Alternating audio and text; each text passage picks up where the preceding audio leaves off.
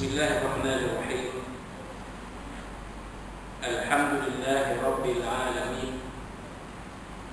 Wa bihi nasta'in ala dunya wa din. Nastaghfiruhu, nastahdihi wa natubu ilayhi wa natawakkalu alayhi. Wa na'udzu bihi min shururi anfusina wa min sayyiati a'malina. Man yahdihillahu fala mudilla lahu wa huwal muhtadi.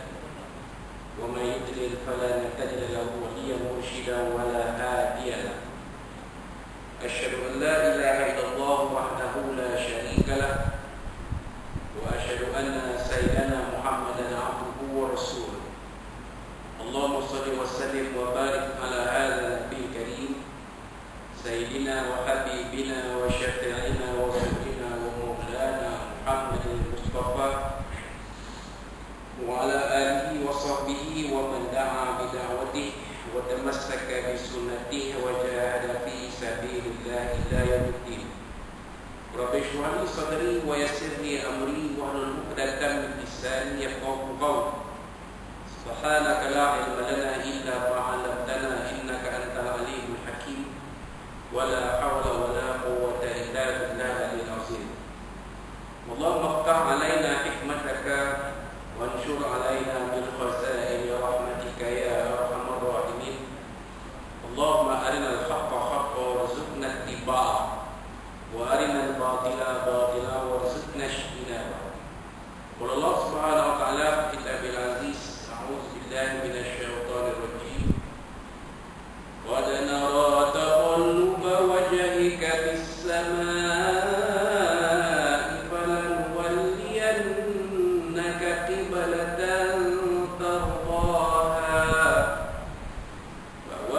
وجهك شطر المسجد الحرام وحيث ما كنتم فولوا وجوهكم شطره وإن الذين أوتوا الكتاب ليعلمون أنه الحق من ربهم وما الله بغافل عما يعملون.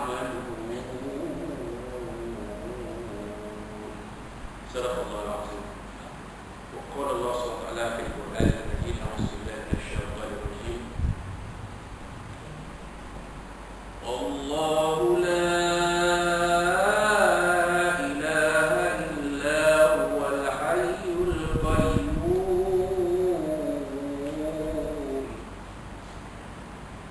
لا تأخذه سنة ولا نوم له ما في السماوات وما في الأرض. من ذا الذي يشفع عنده إلا بإذنه يعلم ما بين أيديهم وما خلفهم ولا يحيطون بشيء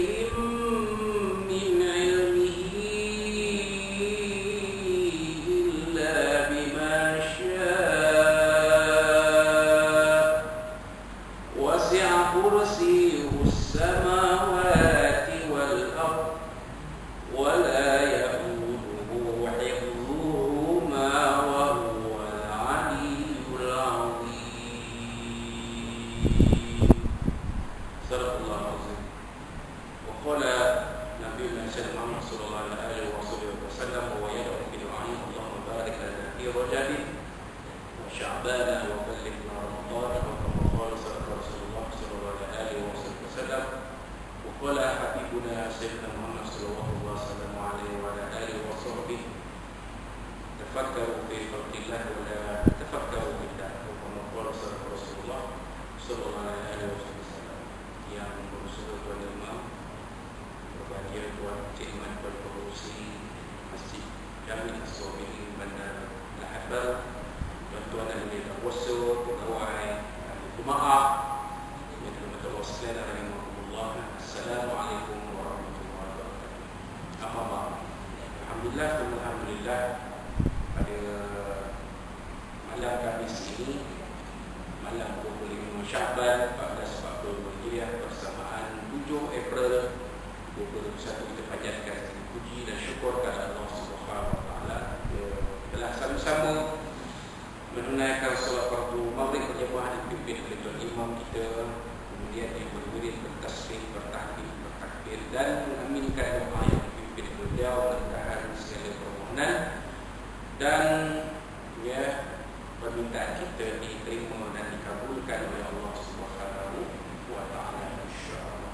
Allah Taala akan memberkati kita dalam bulan Sya'ban ini seperti mana pada bulan Rajab yang lalu dan mempertemukan kita kembali dengan bulan Ramadan al-Mubarak yang mana insyaallah kita akan kembali memakmurkan, mengimarahkan masjid ini dengan solat tarawihnya, dengan hadis berbuka puasa, dengan solat tarawihnya, dengan murid dan pada malam-malam yang akhir dengan ibadah qiyamul lail, insyaallah. Mudah-mudahan Allah SWT akan memberikan kemudahan-kemudahan kepada kita untuk mengambil peluang dari kehadiran ketibaan bulan Ramadan, insyaallah. Jadi tuan-tuan dan sekalian rahimahumullah, pengajian kita pada bulan ini hanya pada malam ini saja, iaitu kita meneruskan pengajian kitab Syarah Matarikum Al-Barahim yang disusun oleh Imam Muhammad As-Sanusi rahimahullah ta'ala. Dia masih membincangkan tentang bahagian akal, bahagian hukum, iaitu dalam pasal pertama, iaitu wajib pada hukum akal, sampai pada muka surat 33, insyaAllah. Ulama Usuluddin membahagikan hukum akal kepada 3 bahagian, iaitu wajib, mustahil dan harus. Jadi ulama Usuluddin ni tauhid wajib, akidah pun sama, pengertiannya, mafhumnya sama. Usuluddin atau tauhid atau akidah yang memberi pengertian dan pemahaman yang sama. Kalau orang mengaji Usuluddin, dia mengaji akidah, dia mengaji tauhid. Orang mengaji tauhid, dia mengaji akidah, dia mengaji Usuluddin. Orang mengaji akidah, dia mengaji tauhid, dia mengaji Usuluddin. Sama, tak ada beza. Tetapi yang membezakan ketiga-tiganya adalah skopnya. Kalau Usuluddin ni dia besar, sebab nama pun Usuluddin, kan? Asal agama, kan? Besar dia. Dalam Usuluddin ada akidah. Apa akidah? Pegangan. Dalam pegangan ada tauhid. Apakah pegangan kita? Mengesakan Allah Subhanahu wa ta'ala. Itu maksudnya sama macam syariah. Syariah, fiqh, hukum sama je. Mengaji syariah, mengaji fiqh, mengaji hukum sama. Yang berbeza ialah skopnya. Syariah ni besar, kan? Al-Quran, hadis, ijma', qiyas, dan yang lainlah. Itu syariah. Fiqh lebih kecil dari syariah. Apa kita faham tentang syariah? Itulah namanya fiqh. Dari fiqh pemahaman datangnya hukum. Daripada pemahaman kita. Contoh ayat innamal khamru wal maisir wal ansab wal azlam rijsun min amali syaitan fajtanibuhu la'allakum tuflihun. Wahai orang beriman, sesungguhnya arak, judi, menyembah berhala dan berdonasi itu perbuatan kotor dari perbuatan-perbuatan syaitan. Maka tinggallah dan kamu berjaya di dunia dan di akhirat. Itu syariah. Apa kita faham? Maknanya arak itu perbuatan kotor, perbuatan syaitan, judi perbuatan syaitan, masih perbuatan syaitan, maka tinggalkanlah. Itu kita faham. Maka daripada pemahaman kita tu, apa hukumnya? Hukum haram itu, meminum haram itu haram, berjudi itu haram, menyembah berhala itu haram, bertelur nasib itu haram. Bila dah haram, wajib ditinggalkan. Kalau tak nak suruh kita tinggalkan, maka tinggalkanlah. Itu dia maksud hukum. Jadi sama Suluddin akidah tauhid. Jadi ulama Usuluddin membahagikan hukum akal kepada tiga bahagian, itu wajib, mustahil dan harus. Hukum akal, akal ni jadi hukum juga. Hukum ni wajib, mustahil, harus. Syariat ada hukumnya, ada 8.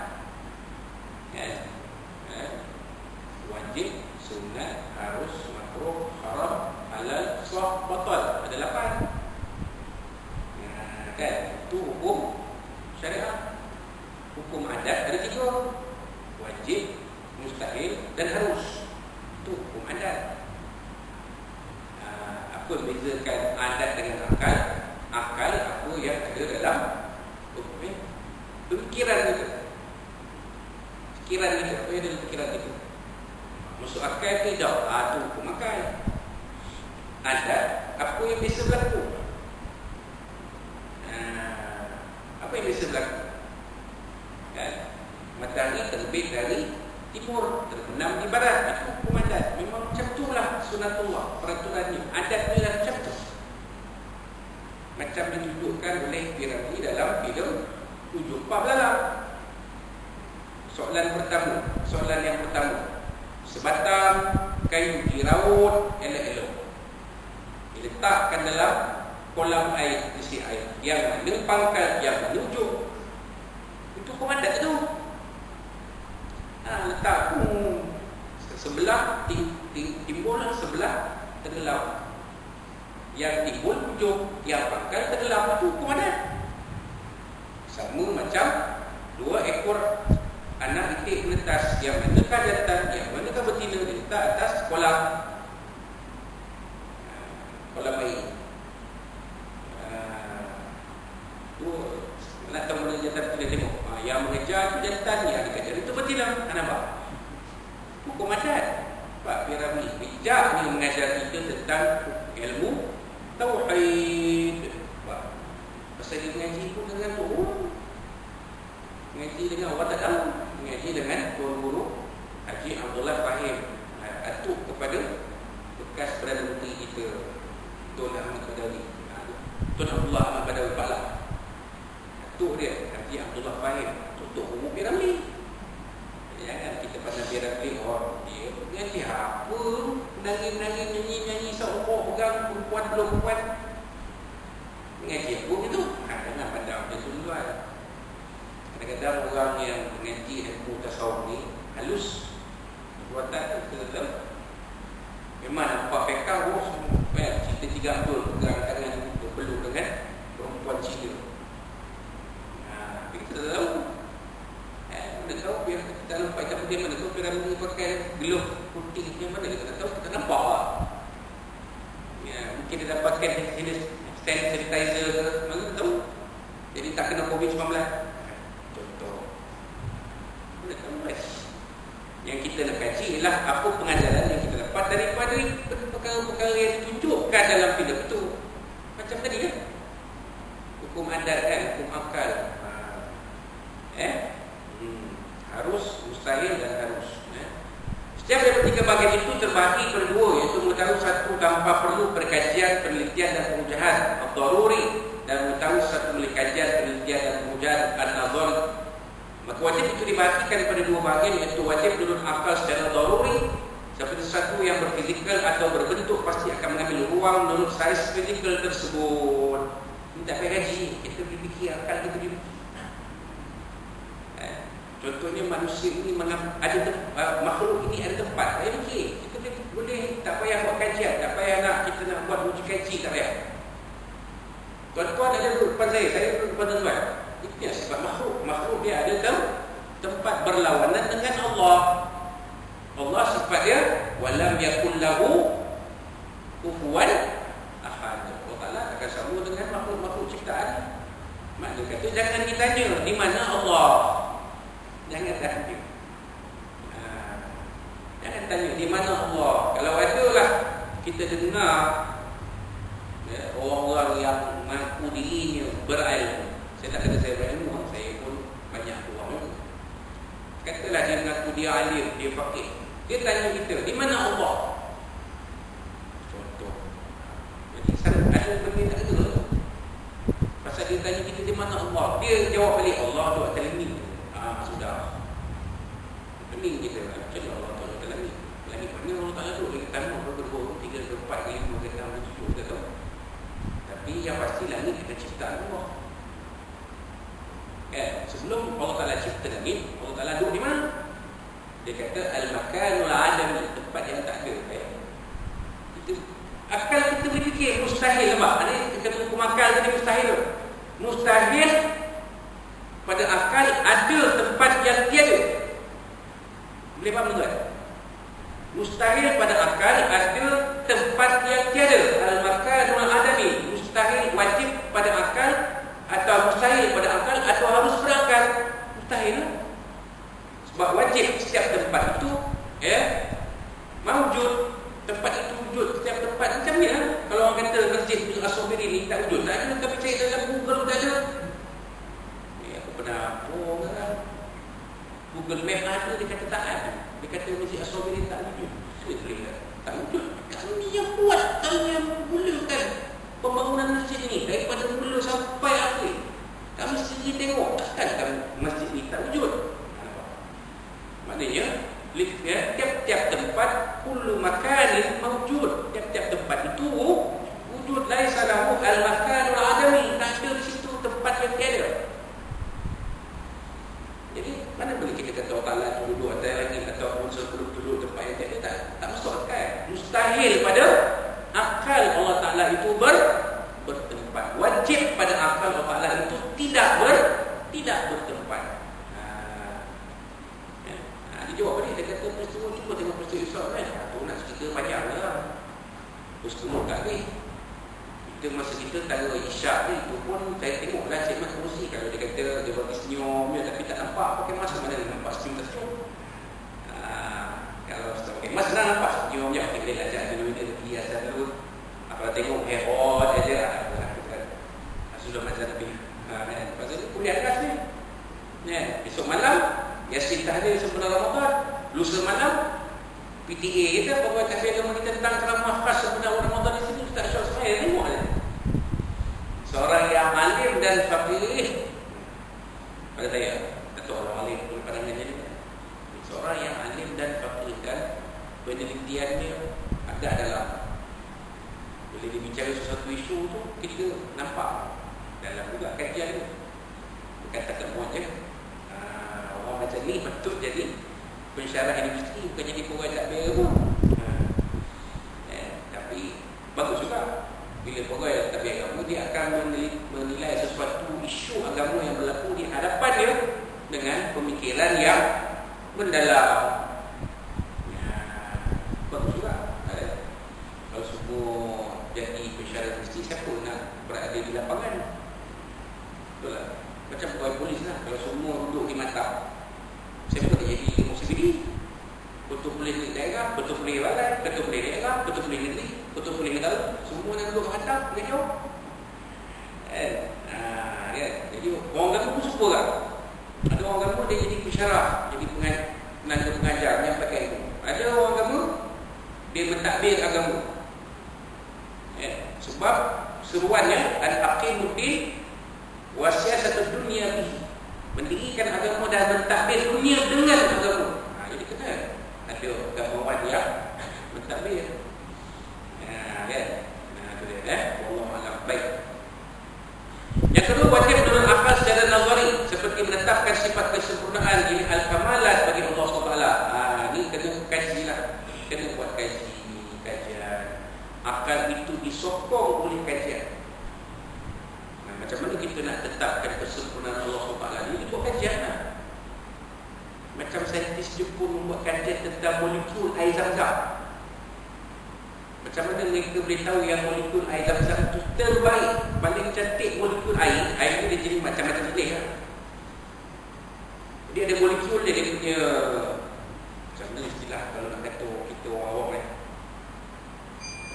zarah tu tak lupa.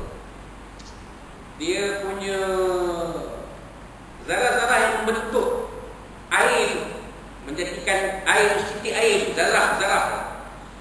Bila dia kaji, air yang paling cantik molekulnya air Zam-Zam. Memang cantik. Bila tengok dekat stetoskop, dekat mikroskop tu, Masya Allah, air Zam-Zam ni cantik, paling cantik pada waktu susun. Allah Ta'ala jadikan.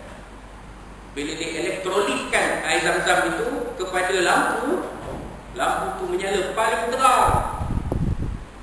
Itu kajian dulu. Ini saintis bukan Islam lagi ni tuan. Bawah sikit air mineral. Air mineral contohnya macam di Gau Temerloh Pahang. Cantik juga dia. Terang juga tapi tak seterang air Zam-Zam. Molekul pun cantik juga tapi tak secantik air Zam-Zam. Tengok pula air Arak, whisky ke, brandy ke, apa ke. Harga minum molekul air Arak. Bila dia elektrolitkan kepada lampu, tak menyala langsung. Tak menyala langsung. Silap terbakar mentol. Bayar. Dan bila saya mengkaji benda-benda ni, akhirnya dari situ mereka timbul, Allah Ta'ala timbulkan hidayah pada mereka mengenal keagungan Allah SWT. Akhir sekali mereka memeluk agama Islam. Ini kajian wajib akal secara nazari ini sekali kajian apa? Menetapkan sifat kesempurnaan kamalan kepada Allah Ta'ala. Allah Ta'ala ni maha sempurna. Sebab apa yang Allah Ta'ala cipta tu memang dah sempurna. Jadi Allah Ta'ala tu maha sempurna. Kamil mudahkam. Tak ada yang cedera pada Allah SWT. Allah SWT itu wajib padanya bersifat dengan segala sifat kesempurnaan. Dia ada cedera pada Allah Ta'ala. Allah Ta'ala maha kuat, Allah Ta'ala maha perkasa, maha gagah, semua. Makhluk ada kekurangan dia. Sehebat, secerdik, manusia paling cerdik tidak akan dapat menandingi kecerdikan Allah Subhanahu wa Ta'ala. Manusia paling pintar tak dapat melawan kepintaran Allah SWT. Manusia paling berkuasa tak boleh melawan kekuasaan Allah SWT. Tengok COVID-19 datang ke bumi ni. Hara satu dunia tuan. Hara. Mereka yang kata mereka pemimpin dunia pun tak ada apa-apa.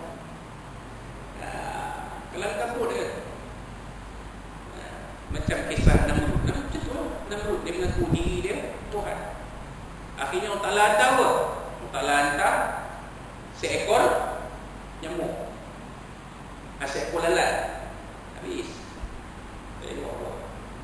Seekor lalat masuk dalam hidung. Tak boleh buat apa, mati Namrud. Mati Namrud. Hanya kerana dia hantar seekor lalat. Fir'aun, manusia paling berkuasa. Ana Allah hukumul ala, aku Tuhan kamu paling tinggi. Dia suruh pula pembesar-pembesar dia mengerah rakyat untuk membela bangunan tinggi-tinggi. Apa sebab? Aku nak capai Tuhan Musa. Mana kata Tuhan Musa tu, aku buat bangunan tinggi, aku nak capai Tuhan Musa. Akhirnya Fir'aun mati di dasar laut. Jadi manusia paling berkuasa tidak dapat melawan kekuasaan Allah Subhanahu wa Ta'ala. Ini kita kaji lah. Itu apa yang berlaku ini dijadikan Allah untuk kita mengkaji. Sebab jadi COVID-19 dia sampai hari ini tak ada. Itu pun kita kaji. Kenapa COVID-19 datang awal 2020 ataupun dikatakan akhir 2019? Kita 2021 dah nak pertengahan tahun ni, dah bulan 4 ni. Tak ada lagi. Tak ada.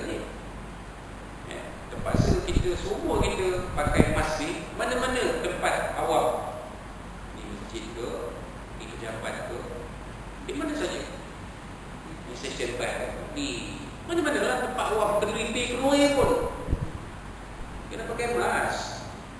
Nak makan je, kalau emas tu boleh buat emas yang ada zip boleh buka mulut ni, rasa makan tu pakai emas tu. Tapi dia tak boleh buka itu lah. Ini semua kalau kita kaji, nampaklah kita kekuasaan Allah Subhanahu wa Ta'ala yang Maha Sempurna. Baik.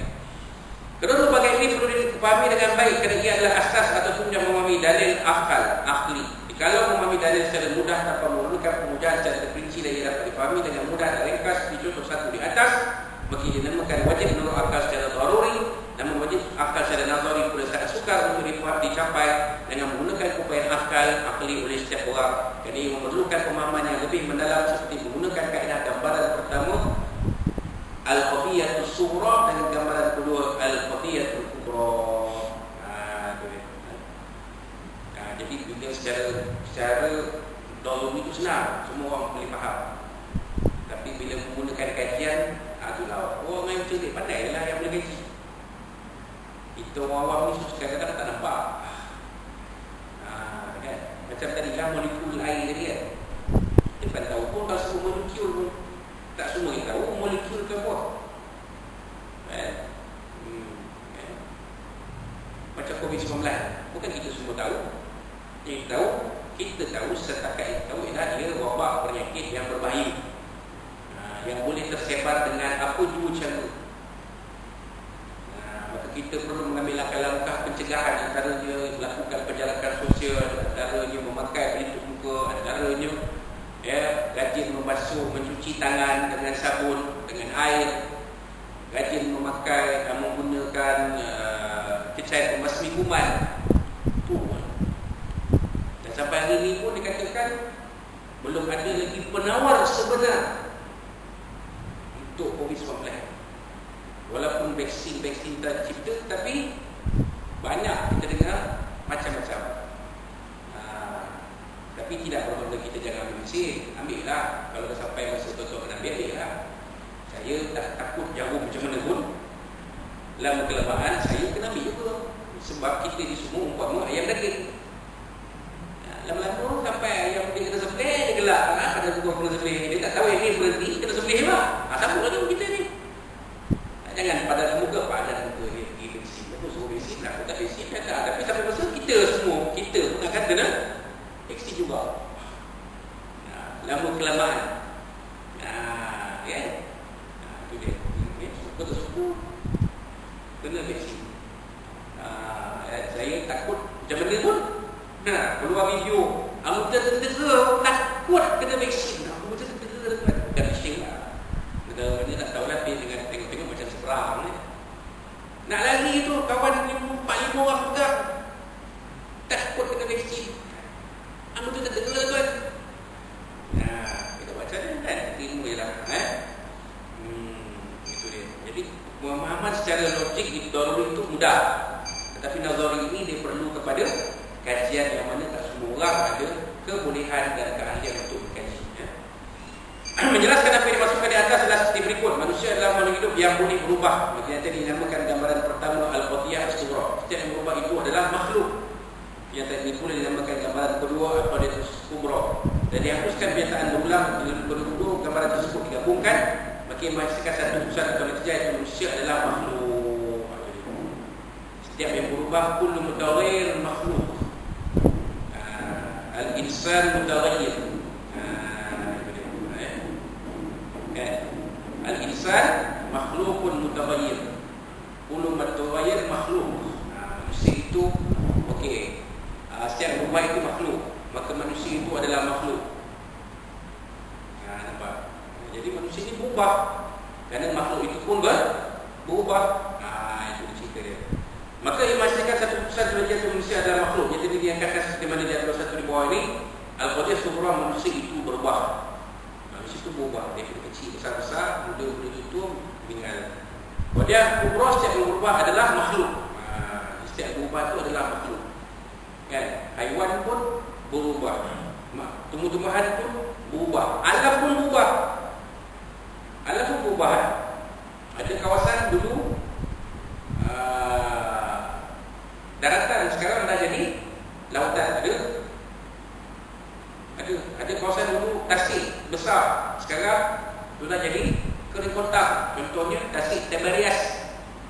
di utara Israel kata.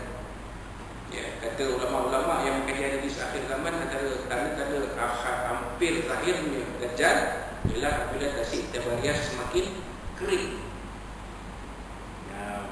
Ubahlah. Ya, sekarang suhu berubah.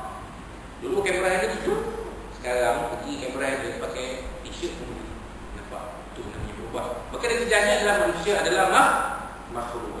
Wallahu a'lam. Itu habis kita membincangkan tentang fasal pertama dalam bahagian hukum akal, iaitu wajib. InsyaAllah pada bulan kita akan datang kita akan sambung dengan fasal kedua, iaitu mustahil pada akal. Wal mustahilu ma la yatasawwaru fil aqli. InsyaAllah kita akan sambung pada bulan akan datang pada bulan Jun nanti, insyaAllah. Jadi kita jumpa sekali saja. Minggu depan dah start puasa Ramadan, bulan 5 pun begitulah. Kita akan berada pada akhir Ramadan dan pada waktu hari raya Aidil Fitri. Maka kita jumpa semula pada bulan Jun, insyaAllah. Antaranya kita akan diberikan oleh pihak pengurusan bahagian pengarahan masjid, kita akan dinyatakan dalam iklan ini, insyaAllah. Jadi itu ada sikit sebanyak kita boleh kongsikan pada malam ini. Mudah-mudahan dapat kita kongsikan pada malam ini sama kita bersama dalam ini pada malam itu kita bermati berkata Rasulullah. Dan kita betul semua sebutianlah dari kita berbuat kita sempatkan dan kepada Allah sampai kita kasih bahasa dan kita semua dari Rasulullah. Kami sama-sama dari tuan-tuan sekalian. Dan seperti saya ingin ucapkan kepada tuan-tuan sekalian selamat menyambut ketibaan bulan Ramadan.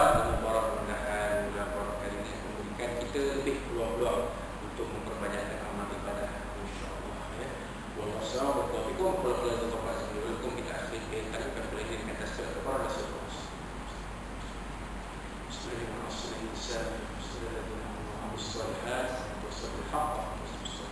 أعوذ بالله من الشيطان الرجيم. بسم الله الرحمن الرحيم. الحمد لله رب العالمين وبه نستعين والصلاة والسلام على أشرف الأنبياء والمرسلين مولانا محمد وعلى آله وصحبه. اللهم ارحمنا هذا وحرمة مدينة المسلمين. اللهم اجعل كافين وكل أهلنا ونعوذ بك من شرورهم.